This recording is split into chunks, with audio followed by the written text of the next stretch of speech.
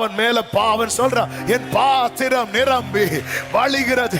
உன் பாத்திரம் நிரம்பி வழியுமானால் தேடி வருவார்கள். நீ தேடி கொள்ளப்பட்டதென்றும் கைவிடப்படாத நகரம் என்றும். ஆமென் சொல்லுங்க பார்க்கலாம். வாசல்கள் திறக்கப்படும், வாசல்கள் திறக்கப்படும். நீ மிக தேவையான நபராய் மாறுவாய்.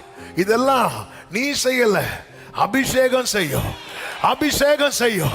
கர்த்தருடைய ஆவியானவர் உன்மேல வரும்போது, பேதுருவே உன்னை இவ்வளவு ப்ரிப்பேர் பண்ணது அந்த 3000 பேருக்கு மட்டும் நிக்க வைக்கிறதுக்கல்ல. கொர்நேலிய வீட்டுல ஒன்ன நிக்க வைப்பேன். யூதேயாவில, சமாரியாவில, உலகம் எங்கும்.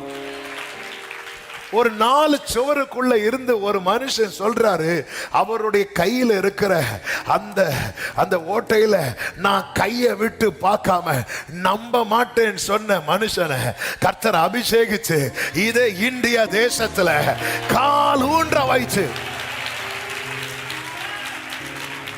எல்லாரும் சொல்றாங்க, நிறைய பேருக்கு விவரம் தெரியாம சொல்றாங்க, அது வெள்ளக்காரன் கொண்டு வந்தது என்று. கிறிஸ்தவ மதத்தை வெள்ளக்காரன் கொண்டு வரல.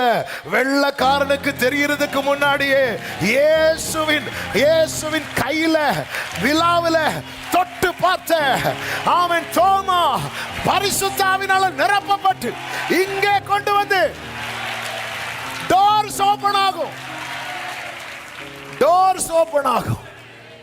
என்ன யாரையாவது தெரியுமா இங்க?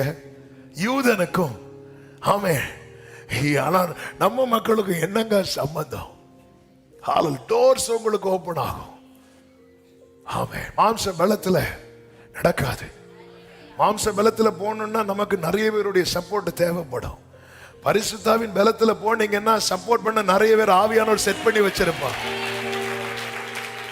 முக்கியத்துவத்தை உணர்ந்து கொள்ளுங்கள். ஆமென்.